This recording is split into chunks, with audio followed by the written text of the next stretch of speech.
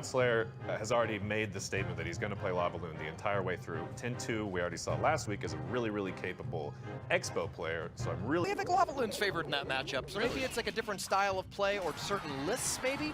We'll see. Right away, the game takes off, though, and damage lead goes out for 10-2 as the Goblin Barrel comes out. There was no arrows to defend by Godslayer. Yeah, it looks like Godslayer had the minions for that, but it still took some damage right there. So Spirit Goblins are going to do some damage. Here comes a Lava Hound to tank for that Mega Minion. Inferno Tower is going to come down. Princess across the arena. Ice Spirit's going to jump and freeze those, and the Princess is going to get some splash damage onto those pups. And this Inferno Tower is going to fall, but not before it takes down the push from Godslayer. So we have Logbait going up against Lava Loon. And we did talk about the Expo matchup. How do you think this Logbait deck pairs up?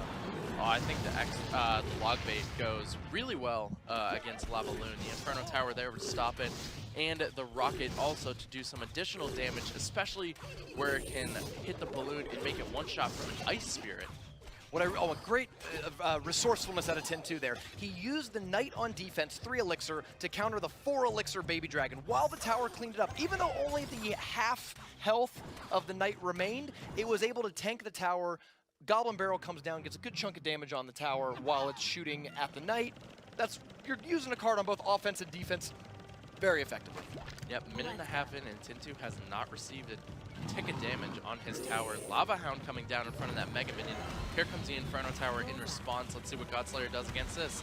I think he might have, unfortunately, been a little low on Elixir. You drop the 7 Elixir Lava Hound at the river, you don't exactly have a follow-up. If he had a Lightning there, a Lightning on the Inferno Tower and the Princess would have been really good value and could have pushed 1,000 or more damage onto that tower. He opts to throw a Goblin Barrel onto that, and the pump is going to go down, but if that one Goblin in the back lived, which it doesn't, it would have activated the King Tower. I think 10-2 is happy with that either way. I mean, that's 3 Elixir to take most of the damage, or almost every pump off of that Elixir collector.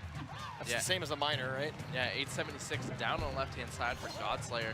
And Godslayer is looking to be in a lot of trouble right now.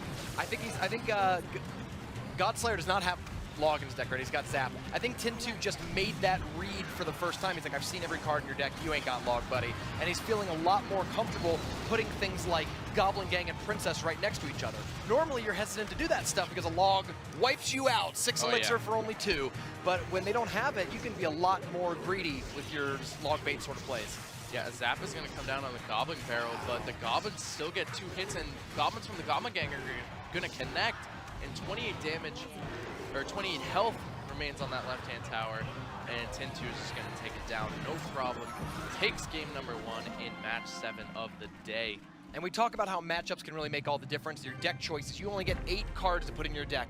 The choices between Zap or arrows, between Log or, arrows, whatever, these really make all the difference. And in that game, we saw Zap really let down Godslayer. Oh, yeah. Zap did not kill and Lightning, because I'm on the ladder, so you want to make sure you can get those cards maxed out. But you're right, Arrows is so effective against cards like Minion Horde that sometimes Log will let you down. We open up with an Elixir Collector, and then a Rocket comes out. I think Godslayer is already back onto his preferred Lava Loon deck. We might see the Rocket this time. The Rocket's actually pretty decent against the Inferno Tower. I think you'd rather have Lightning, but we'll see. Yeah, so Goblins are going to come out here, take down the Princess. Goblin Gang will finish those off. And 3 Musketeers coming out from Godslayer. Wow. I wonder if it's a Lava Hound 3 Musketeers deck, or if he's just actually playing 3 Musketeers and going to give you the old rope-a-dope. Yeah, he might have been seeing other players play it, and he's like, hey, that looks fun. Yeah, this card seems good. Win some games, you can do that. Princess is coming down 10-2, looks like he's locked into the same deck, the Logbait cycle deck. No miner I noticed in this is just straight Logbait. No. Oh, there's the Bandit coming out. The Bandit isn't going to charge. No, the Goblin Gang comes down. I love the anticipation of the Bandit.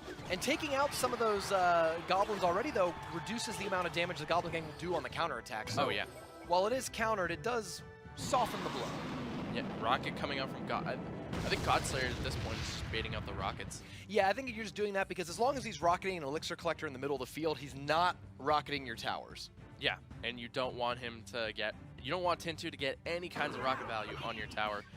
Battle Ram Goblins coming in. Log, Ice Spirit, take that down. Knight will clean up the Battle Ram, no problem. I believe what Godslayer's trying to do here is just survive until double elixir time. Assuming he's got some sort of, whether it's 3 Musketeers, whether it's Lava Hound, whether it's both, double elixir time is going to help you out so much more, because even if you're vulnerable, you're only vulnerable for a few quick seconds before having that elixir back and being able to defend. Yeah, I wouldn't be surprised if the Bandit is going to come out at any point right now, or is Godslayer's just going to let them go. Musketeers actually lock on for a few hundred damage on that right-hand side. Just like that, Godslayer takes the damage lead here in game 2 over 10-2. Another pump comes out. We're not going to see a rocket this time. Looks like he's going for it.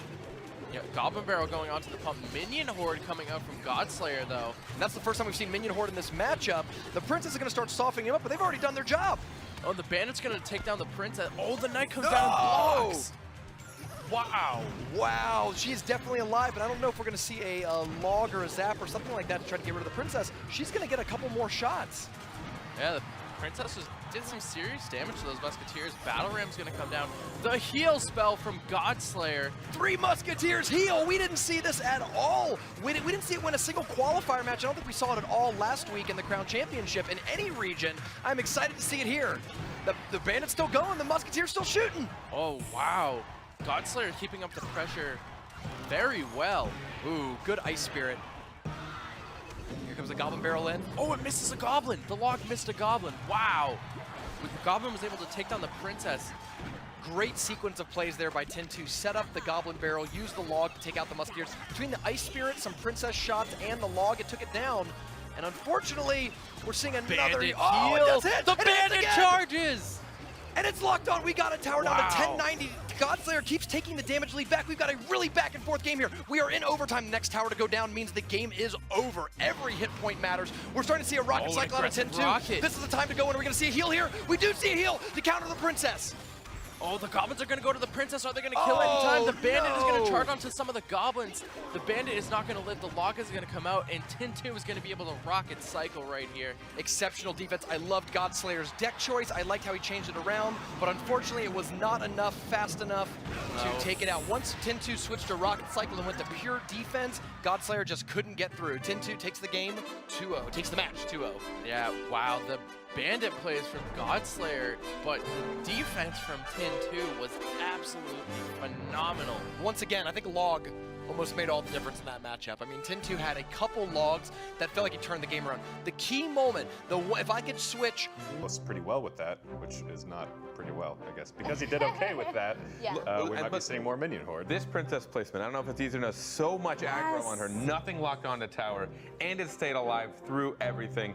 That placement alone, I think, will save that tower. He did that a lot. He got so much value out of his princesses. Absolutely beautiful. I'm going to have to say, though, my favorite play of the game was the Goblin Barrel on the pump. Yeah. So he started Rocket. Tim started Rocket. Players' names, you should probably write them down, memorize them. You're going to see quite a lot of them throughout this week and next week as well.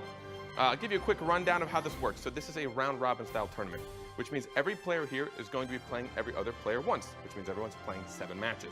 A match is a best of 3 games, and the way you earn points is by winning a match. So even if you lose a game, you'll still get the full point by winning 2 of the 3 matches. Now, it might look a little skewed right now, but the way this scoreboard works is by score differential.